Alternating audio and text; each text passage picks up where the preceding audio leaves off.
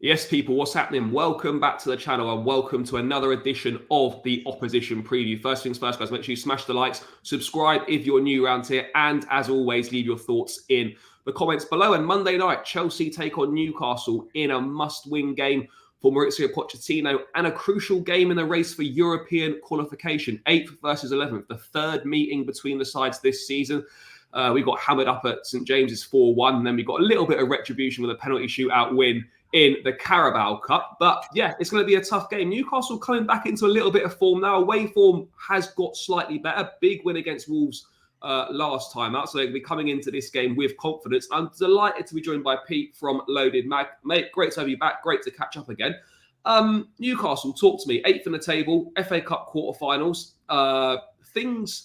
Things are improving after a tricky run. Would you say you're happy with how the season's gone so far? Obviously, I think you massively overachieved last season, getting in the top 4. And from an outside looking in, I'd say this is roughly where Newcastle are, like sort of bang in the race for qualifying for Europa League football. That's probably where the team's at right now. Is that a fair assessment? Yeah, I would say so. It's been a crazy year for Newcastle. It has this season. You getting 4th in May, then Champions League season, group of death, a ridiculous amount of injuries. But as you said, we're still in 8th despite all of that. And you know what?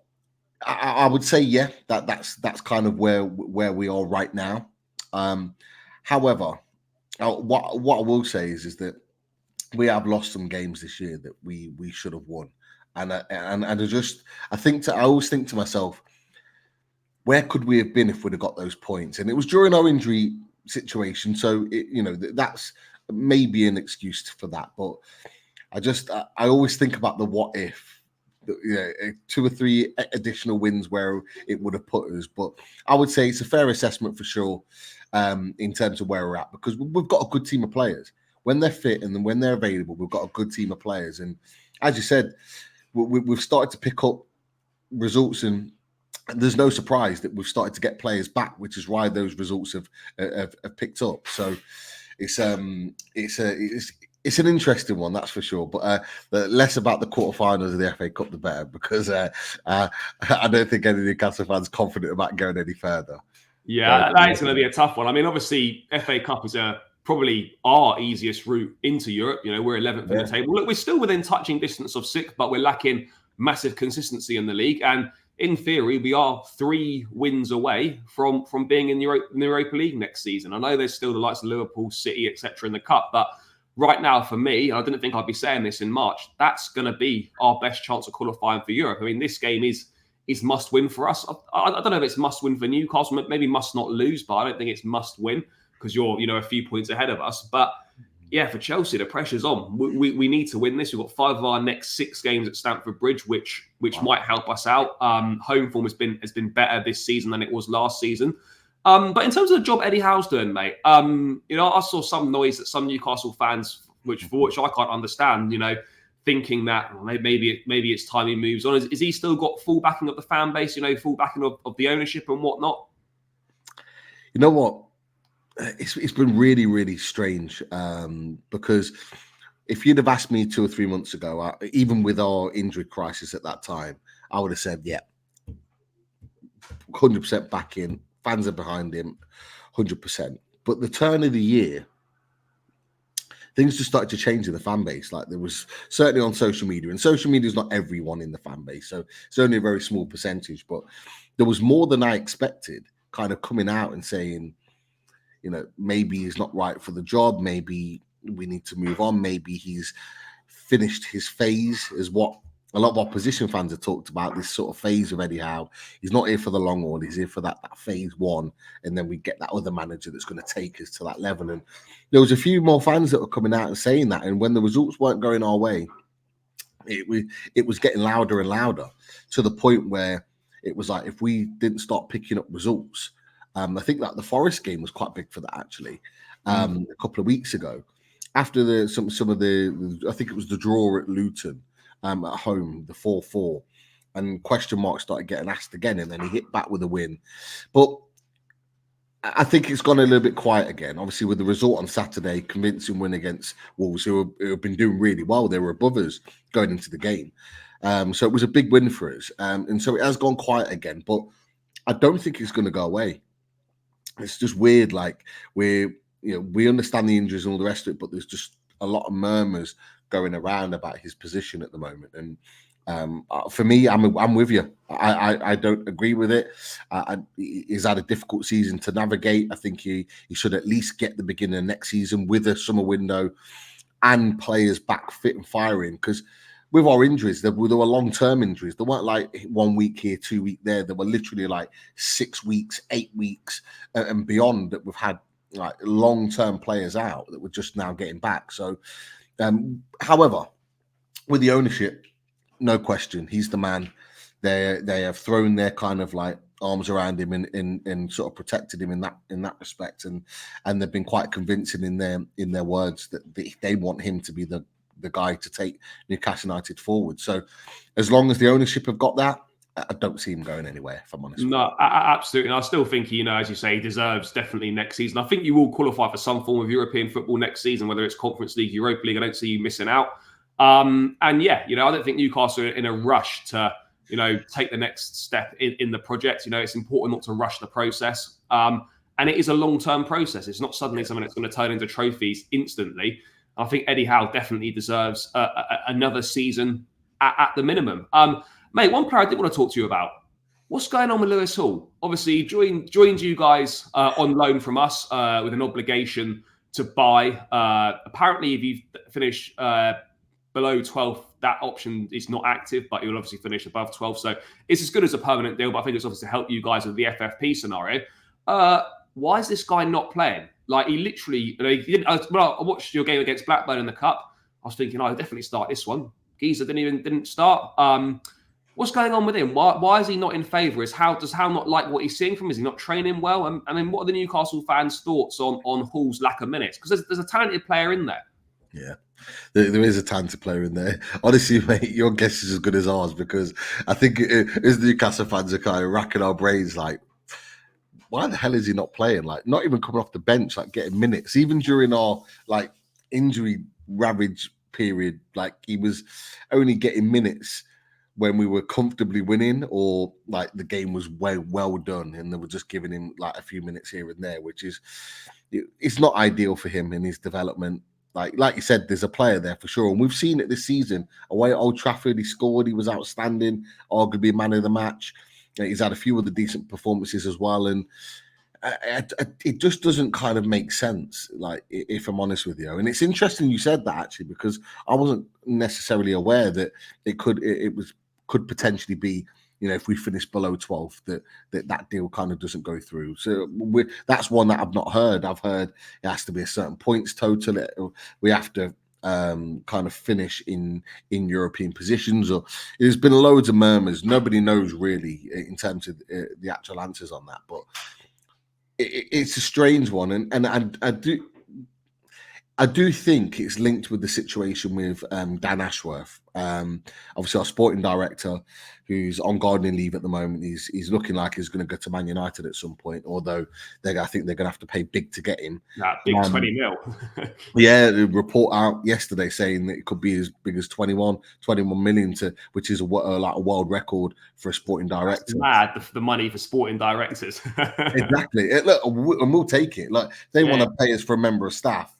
That sort of sum of money, that would do nicely for the kitty in the summer, that's for sure. But I do think it's linked to that, because there has been murmurs from the Newcastle side that Dan Ashworth, Lewis Hall was a Dan Ashworth signing. Like, he's the one that identified him to bring him in, and for the amount of money that we spent on him, and for the injury ravaged season we had, it was kind of murmured that he wasn't a necessity in terms of what we actually needed for this squad. Although it was a great player and great to get him when we did, he wasn't something we needed, and we needed other positions filling.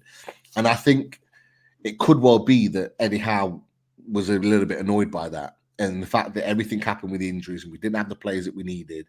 And then we've got this guy here who we've already got two other left backs. We've got this guy coming here, Lewis Hall, who that position throughout has always been relatively stacked. And so I think it's a little bit of kind of one-upmanship, maybe to a point with Eddie Howe not playing him because he wasn't his guy, so to speak. But look, he's got a future in the game. He's a talented player, and Newcastle United fans, like, they want him to be playing minutes. He's a Geordie lad coming from a Geordie family.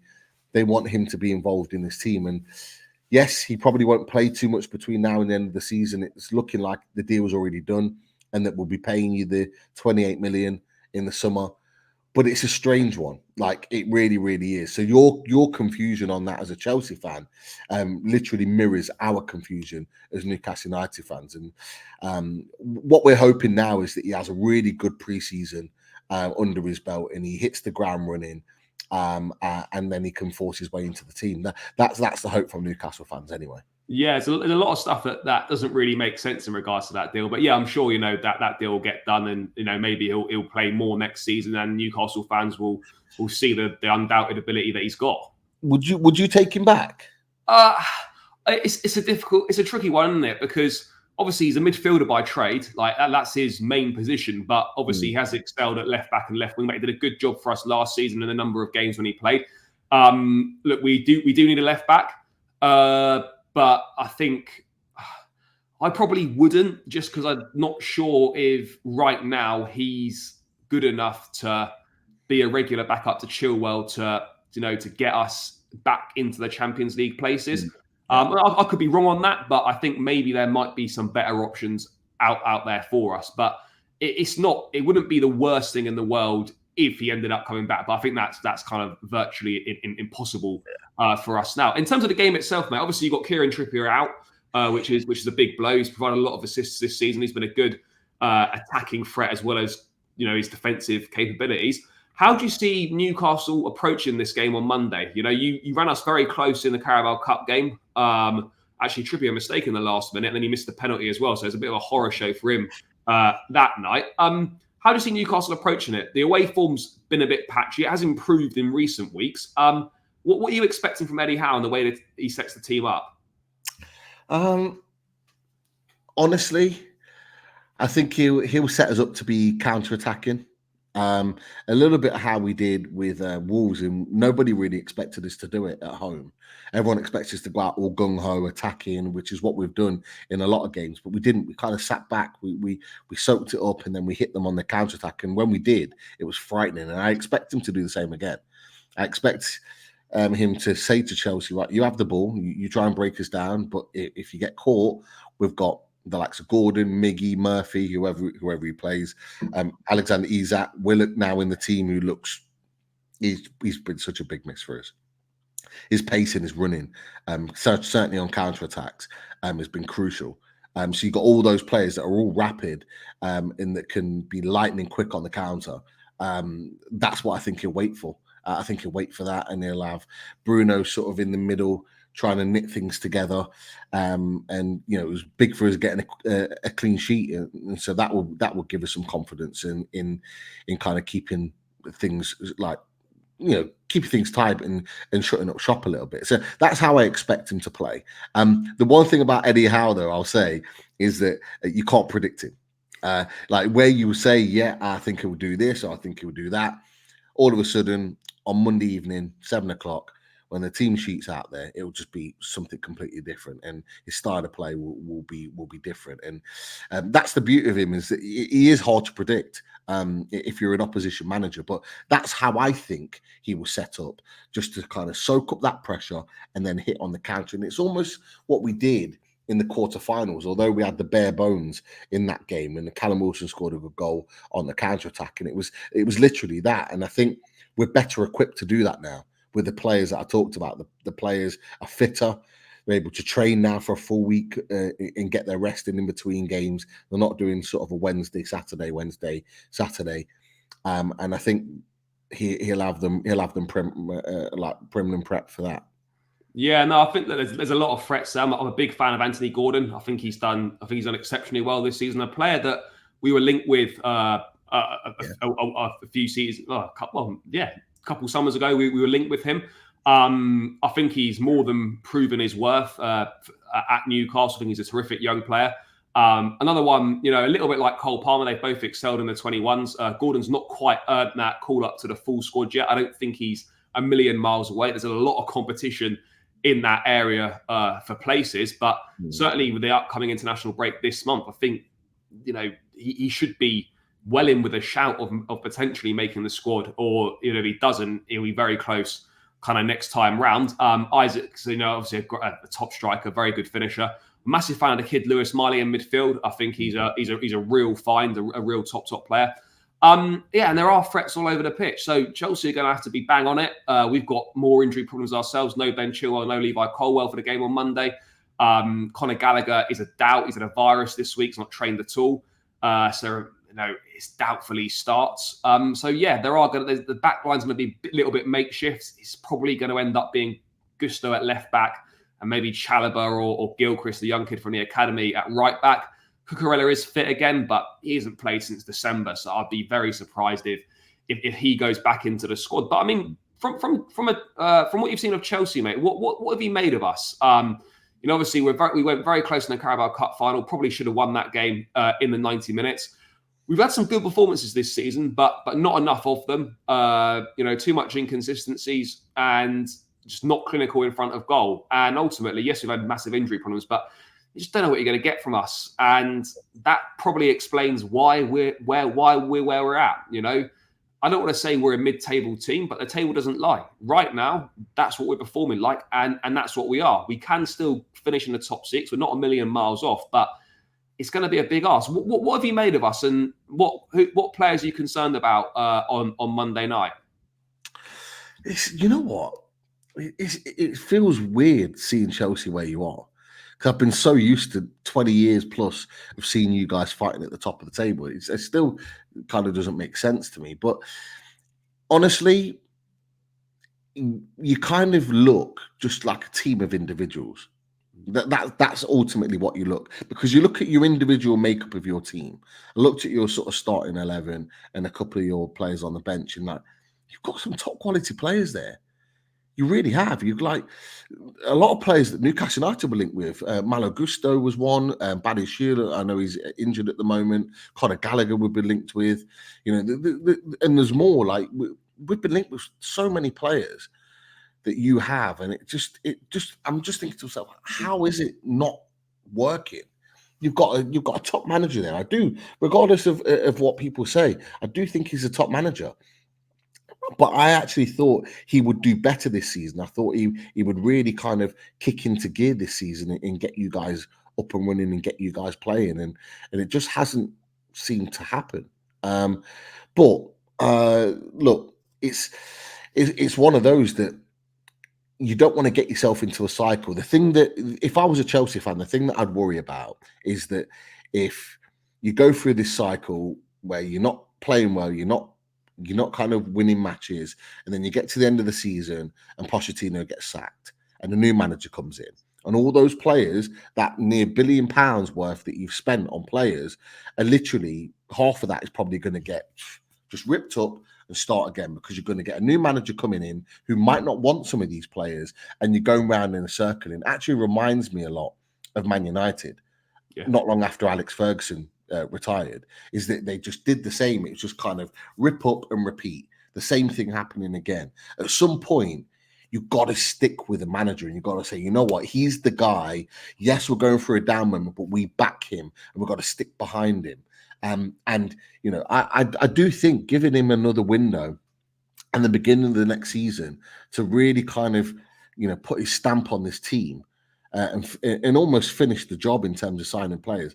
I do think there'll be an improvement from you. At some point, you're going to get better. You've spent far too much money. You're too big of a team not to make that next step and to get back up to where you want to be. But I do fear for you. I do fear for you guys if you keep making those decisions and ripping up managers and kind of getting rid of a project when it's, you know, really still in its infancy. You're going to keep making those mistakes, and if anything, that's going to keep me down there. And as a Newcastle fan, I'm kind of like, yeah, I'll take that, because you know what I mean. In all honesty, it leaves a position for us to take in the likes of Villa and the likes of Brighton, West Ham, it gives us an opportunity to take one of those positions. So for us, we're like, yeah, carry on. But for you guys, I don't know what you think about that Pochettino situation, mate. No, mate, I think you're spot on. Like, I think we're in a situation where, this ownership's come in. It's a different way of doing things. It's a way of doing things that's not been done before, that fans aren't used to. And the very way that they've gone about, putting the squad together is conducive to the inconsistencies that we're getting. It's conducive to being a long-term process. They've mentioned multiple times that they're in this for the long run. This is a long-term process. I think maybe they've been slightly naive and they've perhaps neglected the here and now a bit too much, and they've been too focused on the future. I think that's a fair thing to say. But we need, at some point, the ownership have got to back and believe in what they're doing. And if you come in and say you're doing a new long-term project, you're signing up young players, and we're going to see the best of them in a few years' time, then you need to stick by a manager, because you can't abandon a project at the first time things go wrong. And I also think Chelsea fans need to realise that they can't just throw their toys at the pram and call for a manager's head at the first time things go wrong. There's going to be teething issues in projects. There's going to be teething issues when there's been this much turmoil and turnover at a club from top to bottom in the space of 2 years. So whilst Pochettino, there's things that he's not done well and there's things that he massively needs to improve on, I think Chelsea are at a situation where we have to stop sacking managers and stop starting again. You either back this process or you rip it up and go down a completely different route. And it's been too much money spent, too many players bought, and we've gone too far down the line, in my opinion, for these owners to turn around and say, actually, we're going to go down a complete different route. They need to stand up, back what they've set out to do, and give the manager the time, regardless of the fan noise. And that for me, obviously, it's easier said than done. Fan opinion does hold weight. It's clear it did with Graham Potter. Ironically, if Potter had stayed, I actually don't think we'd be any worse off. There's no way we'd be worse than 11th. We were better defensively under him. Yeah, attacking-wise, we weren't as good. But, you're absolutely spot on, mate. I whether people like Pochettino or not, I want him to do well, because it means that Chelsea do well. And that's what we all want at the end of the day. So, yeah, we're at a crossroads this summer where, we're going to really find out whether the owners actually believe in what they're doing or not. And that's going to be very interesting to see. But mate, to round out, score prediction Monday night. What are you saying? I'm always confident with my team. I always am, even when there's probably no reason to be. But we're in a bit of form at the moment, and I do think we've got a horrible record at Stamford Bridge. We really have. And I just hope that this can be the catalyst to kick us on for European football. So I'm going to go a tight 2-1 win. I'm going to say Newcastle are going to win 2-1. It's going to be a tight game. I think both teams have got something to lose. Maybe Chelsea more so than Newcastle to a slight extent. But we need to keep putting the metal on, because West Ham and Man United are picking up points, and we don't want them to extend their gap. So I'm going to go 2-1 win. Mate, I'll be honest, mate. I think it's going to be a 1-1 draw. I'd love to back the boys and say we're going to win, but I'm not seeing enough on the pitch to suggest that we've got it in us to get a win. So I'm going to go for a 1-1 draw. But obviously, if we can win, then it'll be fantastic. Mate, thank you so much for your time. As always, it's a pleasure. If people want to check out more of what you guys do, where should they go? Right above me here, Loaded Mag, NUFC on YouTube. Come and give us a sub. I have the main man on for our preview on our channel as well. So come and join us. And we always love opposition fans coming in the chat and being part of the community. We welcome everybody. Come and join us along. And look, mate, thank you for having us. It's I think the second time I've been on, and you got a great channel, mate. So make sure everybody clicks that like and subscribes to this channel. No, I appreciate it, mate. Guys, that'll be tagged in the title. Make sure you head over there, show the guys some love, and make sure you head over to the channel, check out the opposition preview I'll be jumping on, so make sure you check out my thoughts over there as well. And guys, I'll catch you again in another video soon.